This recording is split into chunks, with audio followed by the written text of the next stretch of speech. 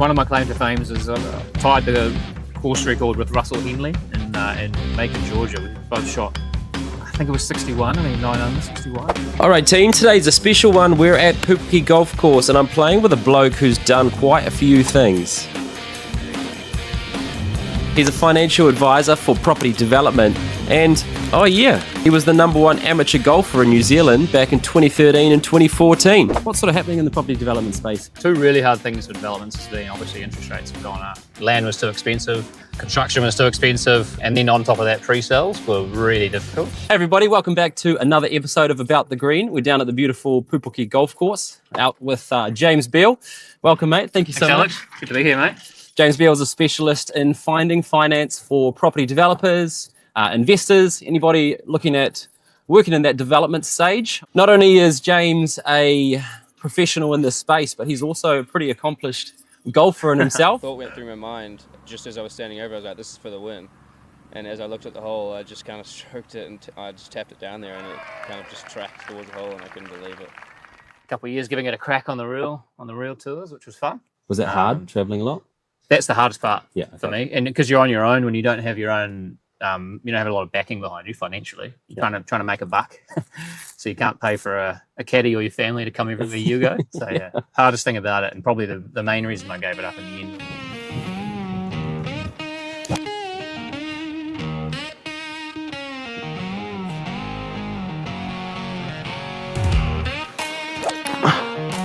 Swing, mate. Thank you. It's bloody strong wind, no? It is. I hit a 3/4 9. Yeah.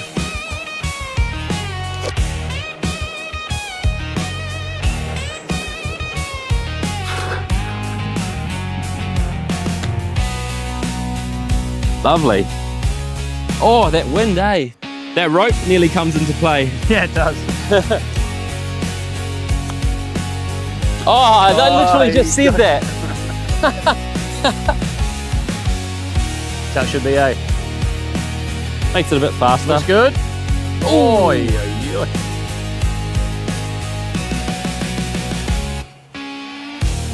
What a putt.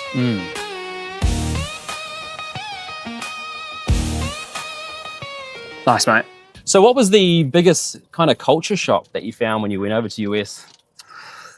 Jeez, good question. The whole sense of humour of Americans is completely different. Kiwis, eh? Like, we've got that sarcastic sort of don't take ourselves too seriously. They're real positive, energetic. Like they're just quite a different sort of humour. I suppose is one of the most different things. Yes, they were so accommodating to me. I felt like I had multiple families over there. That's basically cool, looking after me. Yeah. So you were just couch surfing, or like? Well, no, I was during the holidays pretty much. Yeah. But I always had a family home to go to. That's cool. Just my teammates' parents would take me in like I'm their own. It was awesome. Because you were in Georgia, weren't you? Yeah, it was in Georgia in a city called Macon, and we were at Mercer University. So. Oh wow. Quite an academic school, but we were Division 1 golf, so playing against all top schools, and we had a bit of success while I was there, which was fun. No one's actually kicked on there from school, but we had a real strong team for a while. What's the most dominant state over there? Or Georgia's real strong, Alabama's real strong, Texas. Okay. I've seen a lot of pro golfers from Texas. Yeah. That's where you have Jordan Spieth and Justin Thomas was Alabama. A lot of good Georgian players. Am I good? Sit.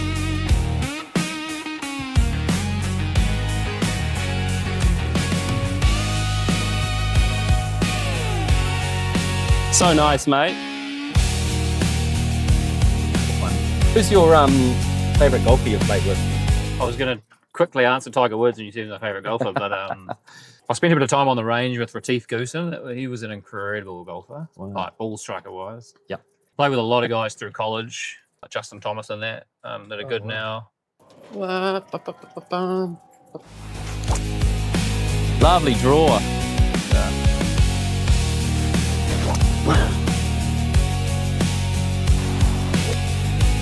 Yeah, man, good swing.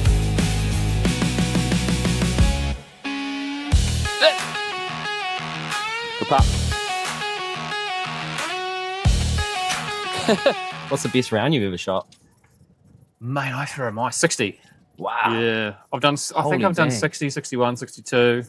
How do you I've stay had a few goodies. composed? One of my claim to fame is I've tied the course record with Russell Henley, Yep. PGA Tour player, at a Mhm. course called Idlehour in Macon, Georgia. We both shot, I think it was 61. I think it was 9 under 61. Wow. So I was pretty stoked about that. From like the Yeah. back tees. the Yeah, pocket yeah, tees. from the tips, mate. Yeah, it was during a college qualifying round. So How old were you? yeah, 21 maybe. Wow. Yeah. You had any rounds that have like humbled you to go like, why am I even playing golf? Waipu does that Does it? on a windy day up at Waipu. We've had plenty of mid 80s rounds. So you're like, Really? I played it right, and you just shoot like 80 something. yeah.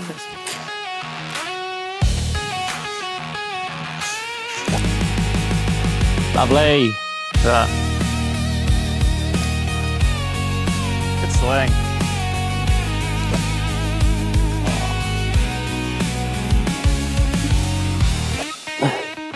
Oh, I just went over top of that. Oh, is that in? Oh!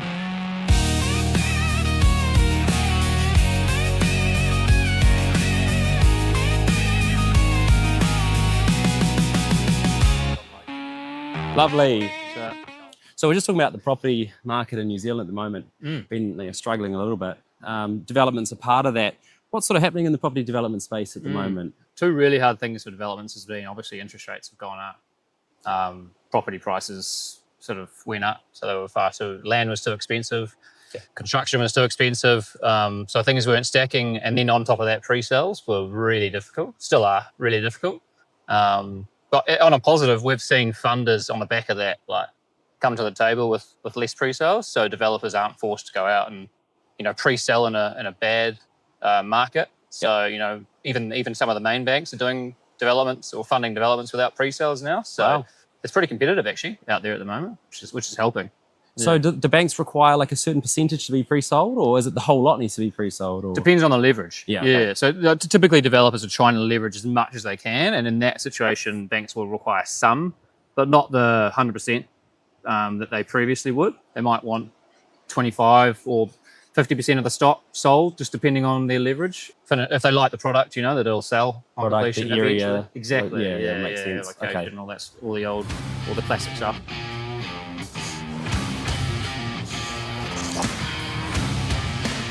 Tidy, man. Oh, hold there. Oh, that'll be fine though. That's it. It'll be all right. Go, go, go.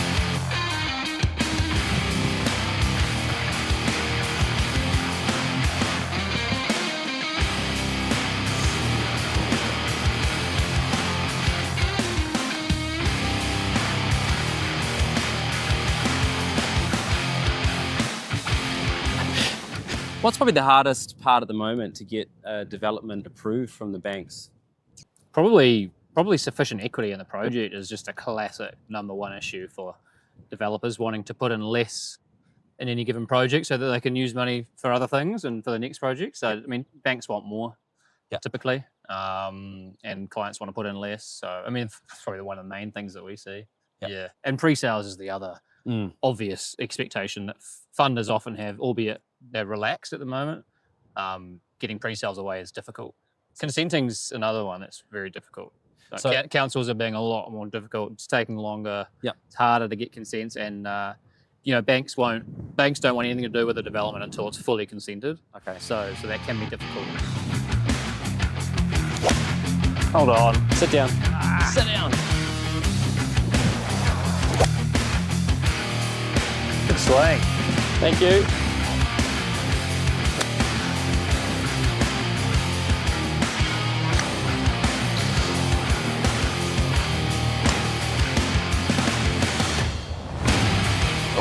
How does a lender generally assess an application for development? A lender will, I guess, firstly look at who you are, what you're building. Two number one things, right? Who are they? What is it? And if it ticks those two boxes, they'll sort of keep looking. You know, from there you start looking at the more specific financial. Is it a feasible development? Is it showing a good profit margin, pre-sales, the budget? Is there enough contingency and all that? Who's the builder and that sort of stuff? Yeah. And then you start going down the line of all the other stuff that there's a lot, you know. But if it ticks people and product, lenders are going to be a lot more receptive. Because one of the big things, from my basic understanding of it, is anybody can be a property developer. Like, you don't need qualifications. What's your opinion on that side of things? Anyone can be a property developer, Yeah. but getting a project completed like reasonably within budget and within time is incredibly difficult. Okay. And if you've been around the block before, it helps a lot. What's the cost at the moment for square meter build? Cost to build? It's come back a bit. You know, you can get away with like three, 4 grand an hour square 4. meter, but it was, especially I think that's come back a bit. And then land, you know, we're seeing that a little bit of land go a bit cheaper as well. Slang. Oh, will that carry? Might do.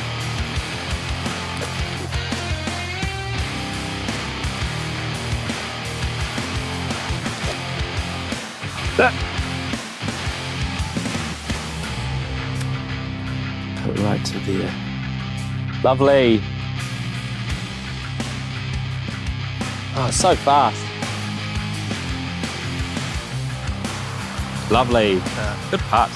So would you be able to give us a couple of examples of some developments that you have found finance for, lending for? Real wide range recently. On one end of the scale, got quite a bit of stuff in Christchurch, sort of the lower end of the scale, sort of two to 4 unit, like residential units. Some of them, like one we're looking at is sort of 2 high-end homes, sort of 2.5 mil, and down in Christchurch. Yep. But developing that, and that'll be non-bank, no pre-sales. So we'll just fund that with, as long as there's enough equity sort of in the project with the good developer. And then other end of the scale, you know, we're looking at a 35 unit development. Wow. In the North Island, and there'll probably be a level of pre-sales involved in that one, but probably a non-bank funded one as well. Mm-hmm. And then different again is a commercial building. Client bought a commercial building and did a significant upgrade on it and a releasing program, and so we've got that funded at a main bank too. So it's a bit of everything, eh? We do see a bit of add value in the commercial space now because office hasn't been doing too well. So there's a lot of repositioning of buildings, office buildings, to point maybe to more medical, for example. Okay. We've seen quite a bit of that because medical's growing. Wow. You know, it's real strong at the moment. Any like radiology, Yeah. dentistry, I've seen a lot of that. Physio, anything anything in that realm.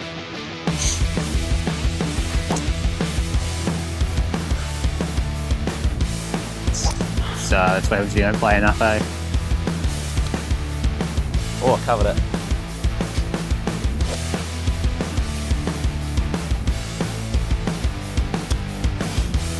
Oh, man. Oh, is this in? Thank you.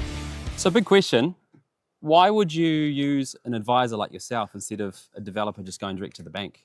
With the lending landscape being sort of ever-changing, lenders come and go, banks and non-banks come and go, their appetites are always changing. So if you've only got a relationship with 1 or 2 of them, you can actually sort of silo yourself and not know where the rest of the market is and not know maybe you can get a better deal elsewhere. And, you know, with us, we're always trying to find you the most efficient finance package and depending on your goals. So you're trying to reduce equity, you're trying to get the sharpest pricing. You know, we feel like we can provide that to our clients and provide you a view of what the whole market's doing. Oh, that's cool. That's really nice, man.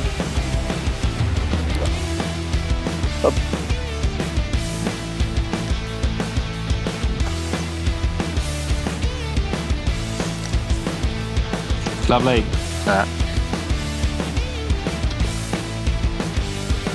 Nice, mate. Rip round. Awesome, mate. Enjoyed it.